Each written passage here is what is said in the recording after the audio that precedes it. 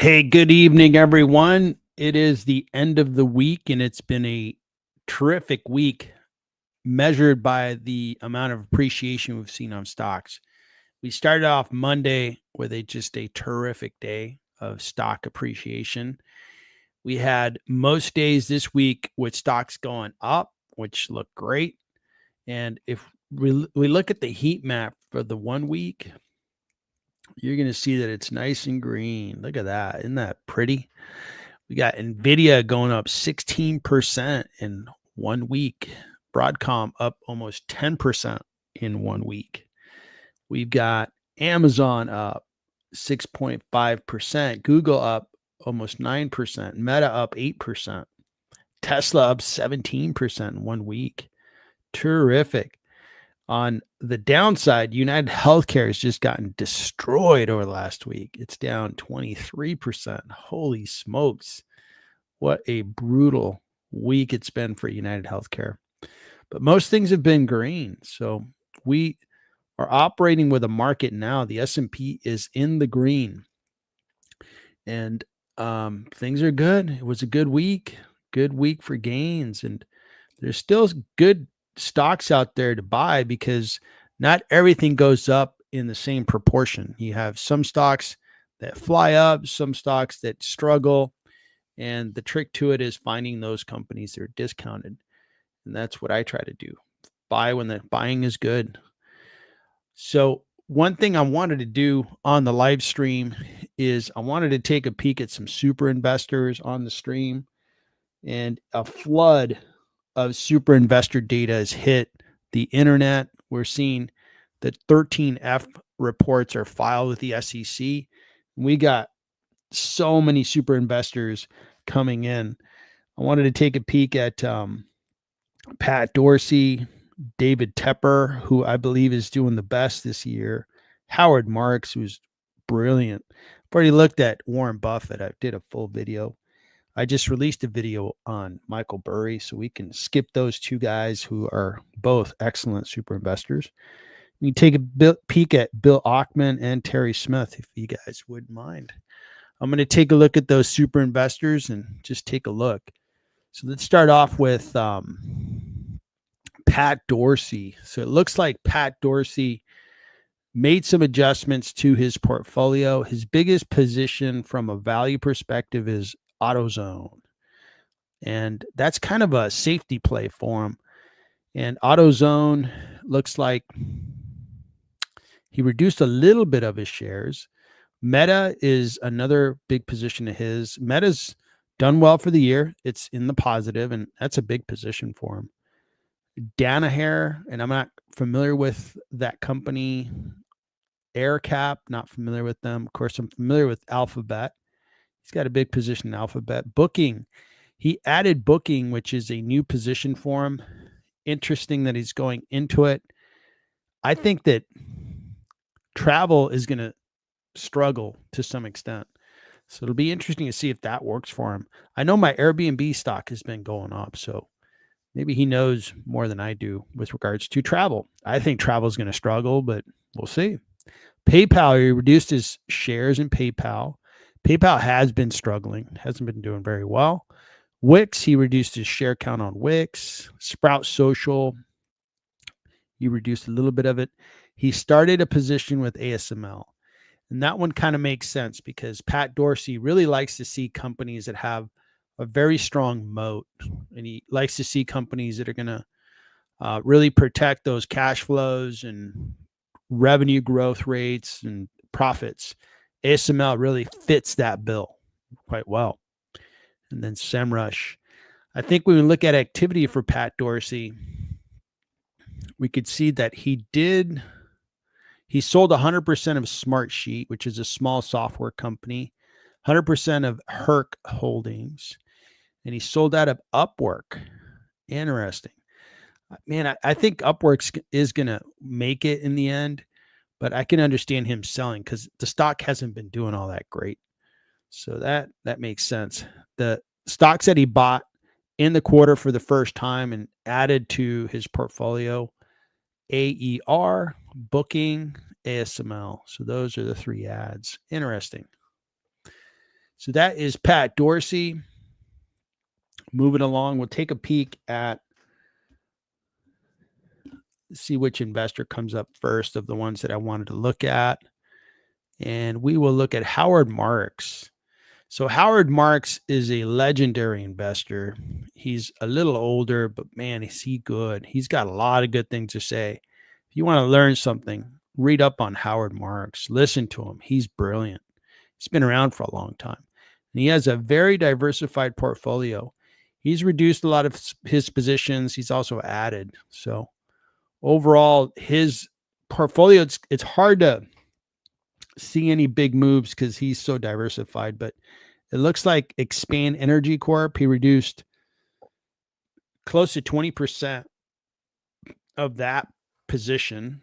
Interesting. He reduced Anglo Gold. All right. He's doing really well on GTX. Interesting. This one's a little harder to kind of pinpoint what he's doing because he has so many stocks. And he bought, for the first time, he bought into Nokia. That's a small cap. Nokia historically, is a very well-known company. But more recently, it's a super small cap. Then he's got a new position with TransAlta. Grab, that's the company, I believe, in Asia that's doing food delivery.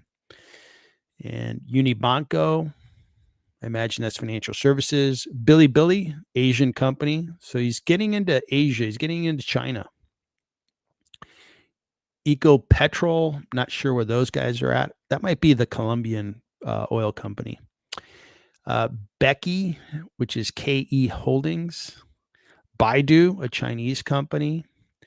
And Kingsoft. Interesting. Okay. So those are the ones he bought. He reduced his positions across all these here. Man, this is a big portfolio. He sold out of Infinera. I'm not sure what they do.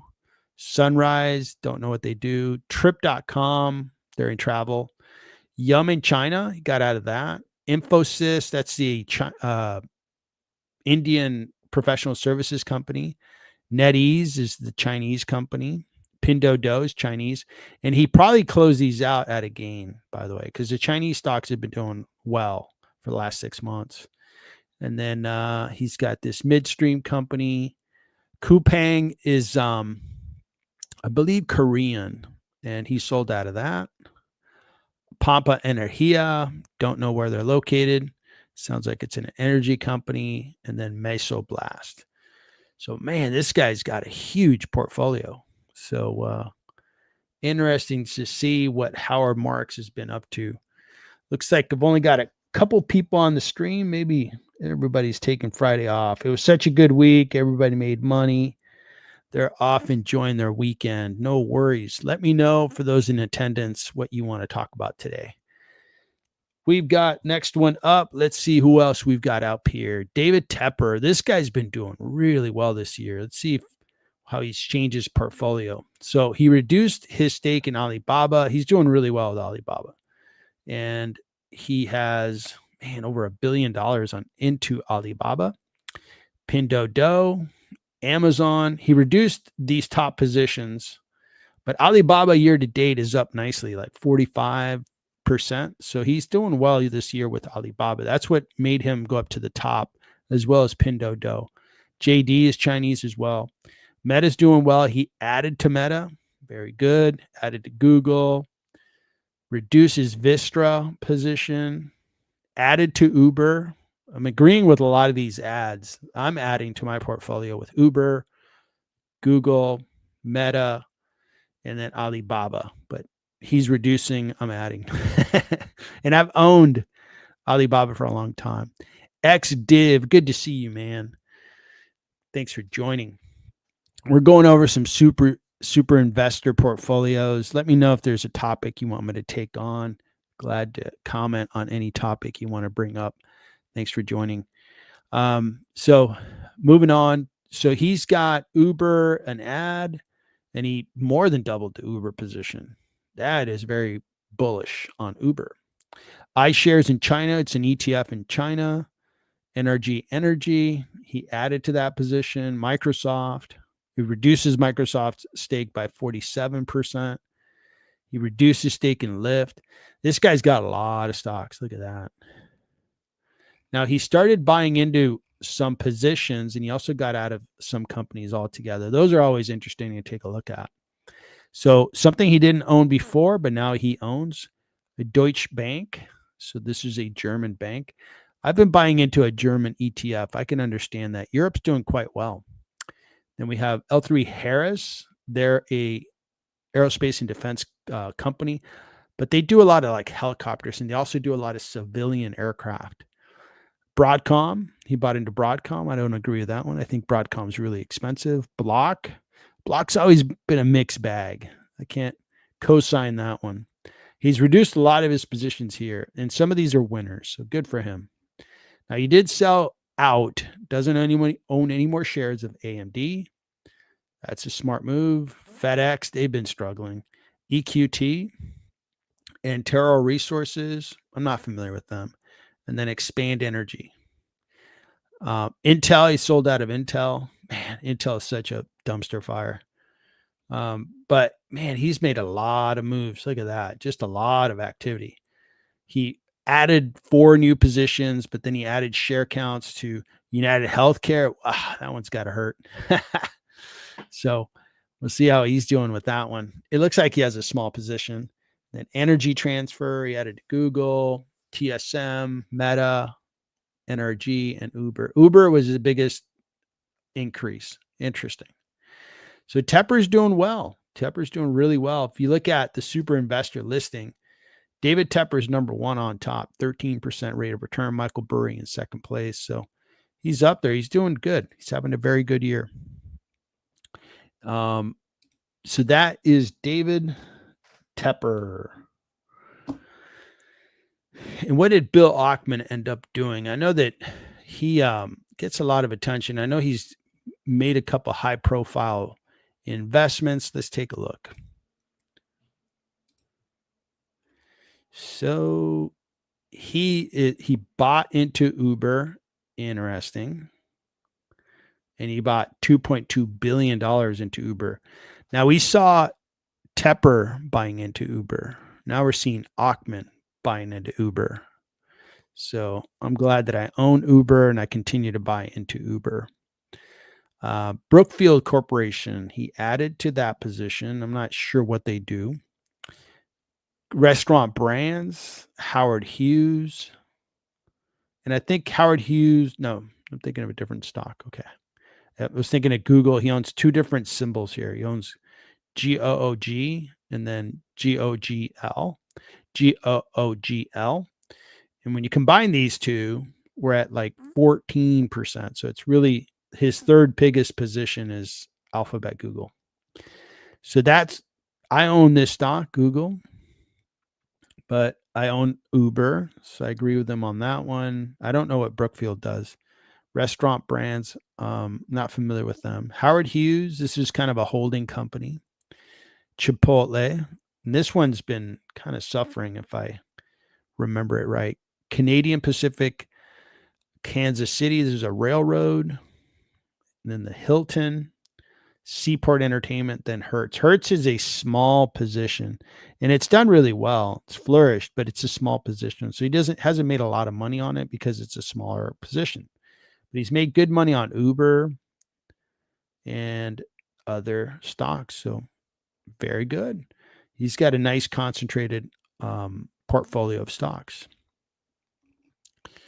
All right. So that's a quick tour of super investors. Those guys, it's always interesting to watch them and learn how they invest. That way I can learn how these guys make money.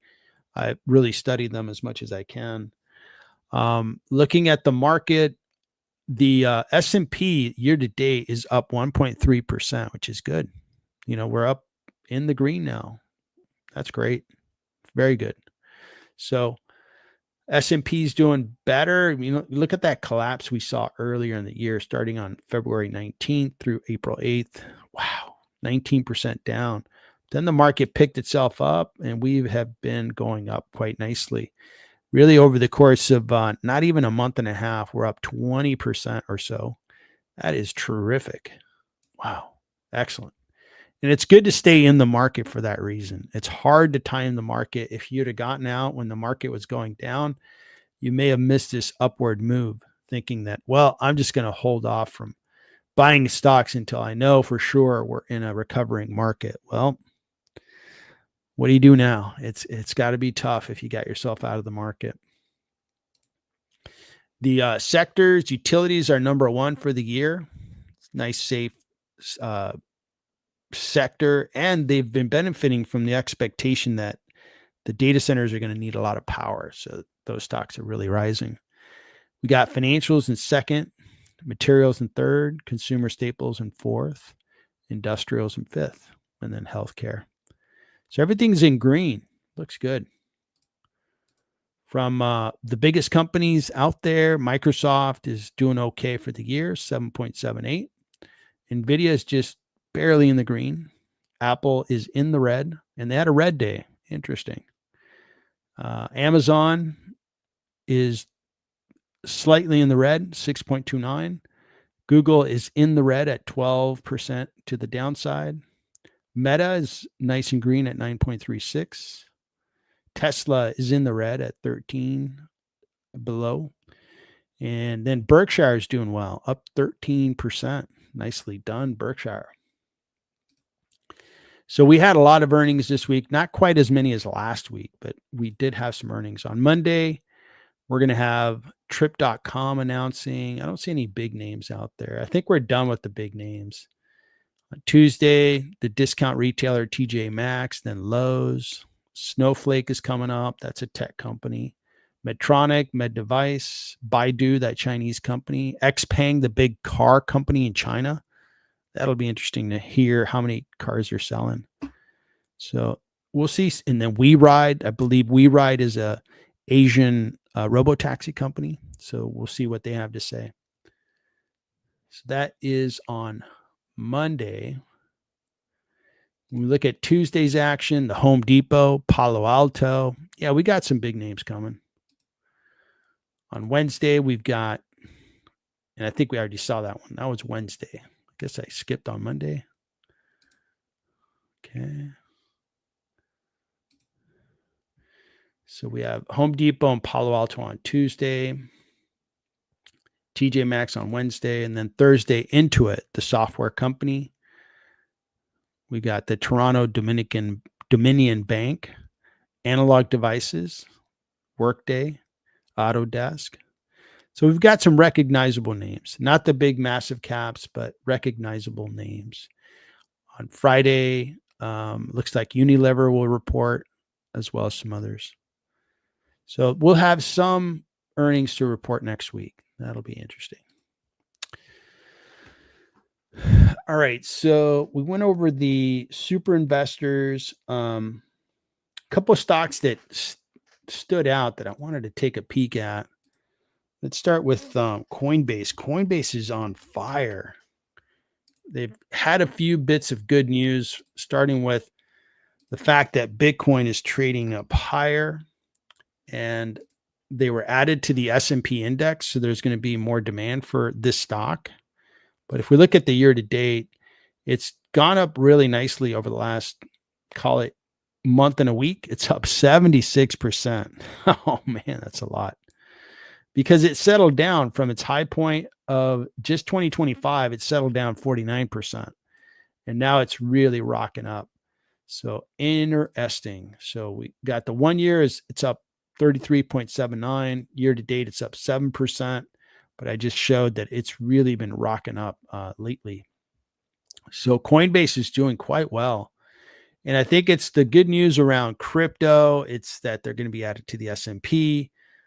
Good things happening for the leading brokerage for cryptocurrencies, dedicated to cryptocurrencies. The other company that's had a brutal month is United Healthcare. And United Healthcare is a terrific company, a really sound company. They have really good financials. They're going to be around for a long time. And today they were up 6.4. That is good to see because they have fallen off a cliff. Geez, over the course of 1 month, they were down 53%. They lost more than $260 billion in market cap in 1 month. That's half their market cap. That is severe, and I think really discounted, because United Healthcare, their business is not broken. Their business is fine. They just have a lot of bad news around them right now. And all the naysayers are going to, say bad things about them, but I think they're going to be fine. They're going to come back, and I think this stock will be trading much higher maybe about a year from now. We'll see. I think this is overdone and it's irrational. So United Healthcare had a tough time today.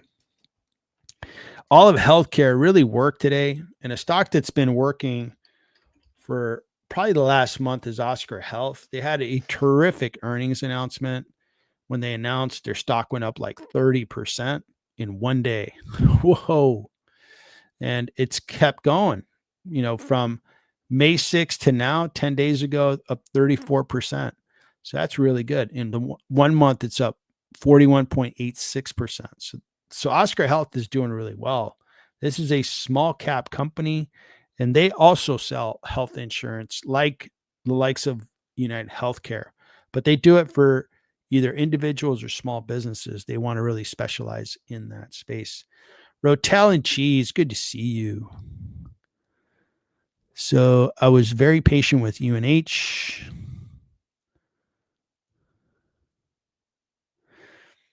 You went in real heavy at 260. And nicely done.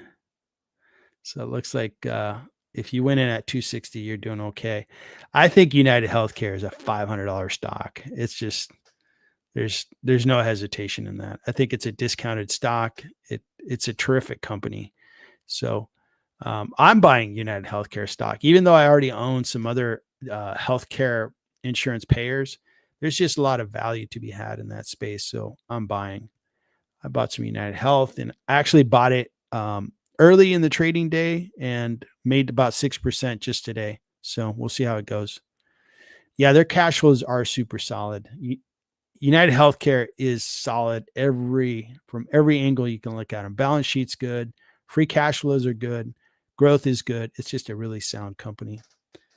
So United Healthcare is bouncing back. I hope they stabilize and maybe go up a little bit from here. But I think that stock is going to be a $500 stock, maybe in a year and a half. It'll get back to $500 a share. This one, Instacart, this has been a good stock for me. Recently, it's really gone up nicely. It's up 22% since April 4th. And it really had a big sell-off. This sell-off was kind of unexplained, and it provided really nice low prices. So I'm glad I bought into it because it's doing well, even though it's had this big drop off for the year to date, still up 10%. But if you bought at the right times, I mean, you're sitting on better than 10% gains. For example, from here to here, we're up 23% just in less than a month. So really good gains to be had on Instacart. I really like the business too. Delivery of groceries from grocery stores. That's a good business. It could really deal with recessions. It's just a really solid business. So Instacart's a good one for me. I'm glad I own it. The other stock that's been going up nicely is Adobe. And Adobe is not a stock that's done well for the last year. You see the minus 13, but more recently, it's doing quite well. It's up 21% over the 1 month. I've noticed that. I own Adobe, and I'm glad to see that it's finally picking up. This is another company similar to United Healthcare. It just has really solid financials. If you look at their financials, good revenue growth, great profit, great free cash flow generation. So Adobe is a good one for me. I'm glad I kept the stock, and it's now beginning to work. So Adobe is going up. One stock that went down today is DSP, which is Viant. And I was curious to see if AppLovin went up. AppLovin is the leader in the space. And sometimes the leader just kind of takes the lion's share of the gains, but it looks like Viant is not performing with AppLovin, and AppLovin is keeping its gains better than Viant. AppLovin is up 12% for the year to date, where Viant is down. So there is a separation of almost 30% here. So AppLovin is outperforming Viant. I thought I was going to get a really good deal on a smaller company that I think has tremendous upside. I'm going to hold my shares because I think it's going to come back. It's just a good growing business that makes a lot of money. So I'm okay holding it. All right. And Applied Materials. And last time I checked earlier today, the stock was down, which was a surprise because these guys, I think they announced a good earnings. So the one day is down 5%, but they had good earnings, which is kind of confusing. You have good earnings and your stock goes down. It's up 30% from the low. Year to date, you're up 1.81%. Over the 1 year, the stock is down 22%. Over the 5 year, the stock's doing great, up 218%. And this stock's supposed to be feeding all the semiconductor companies that are doing well with all the data center buildouts. So it's a little surprising that they announce good earnings, but then their stock goes down. So for the most part, the stock market did really well this week, but there's always a surprise here or there, or maybe a company that's being irrationally discounted. And if that's the case, it might be an opportunity to pick up a good company, buy it at a low price, and then watch it go up. All right, guys. So I ran out of material. I got through my material. I wanted to go through some super investors. Check. Market looked good. Check. Went over the stocks that I wanted to cover. Check. So it looks like Friday is going to be a nice short live stream. I appreciate the ones that joined. I really do. And I hope you attend my next live stream. I'm going to try to stream probably on Sunday afternoon. If you're around, look for my notification. Turn on your notifications on my channel, and you'll see what when I'm going to stream, and then you can catch me then. I do have a question that came up. What do you expect from Moody's downgrade to AA1 from AAA? And is that on United Healthcare related? So on United Healthcare. So if it's on United Healthcare, I think bad news will follow a company that's somewhat being picked on, kind of dogpiled on. So bad news will follow that company. And I can understand that Moody's might downgrade United Healthcare temporarily, but I don't really look at that a whole lot. I look at the fundamentals of a company. I look at their business, and I look at it closely. And United Healthcare passes all those checks. I am good with that. And you're talking about the credit rating of the United States. So I think the United States is kind of losing some of its shine. I do agree with that. But I think it's repairable. I don't think we're on the urgency to fix, the U.S. deficit as an example. It would be good to fix it, but it's not like super urgent. Like, hey, if we don't do that by the end of the year, we're going to have some type of big catastrophe. I don't think that's the case. And where else is the world going to go to invest? We are a very good place to invest. We have rule of law. We have very capable government of paying back debt. So those who buy our treasuries, they will be paid back. So we are one of the countries in the world that is a very good risk for other governments and wealthy people to take. If you look at other countries, investors could be left holding the bag, so to speak. So the United States will always be a very desirable place. Maybe over the next 50 years that could change, but it's not going to change over the next, 50 days. So Applied Materials heavily exposed to China. Yeah, but who isn't? In semiconductor, you're exposed to Taiwan and China, because that's where they're manufactured. So for example, I own Lamb Research, and they sell most of their products into Asia. Even though the company is headquartered in the United States, they sell most of their product in Asia, because the industry is just put together that way. All of NVIDIA's GPUs are made in Taiwan. Broadcom, ditto. They make all their semiconductors in Asia. So everybody's exposed to Asia. It's not anything new. That's why it's surprising that, hey, why is their stock going down? Again, their results look good. So that was a surprise.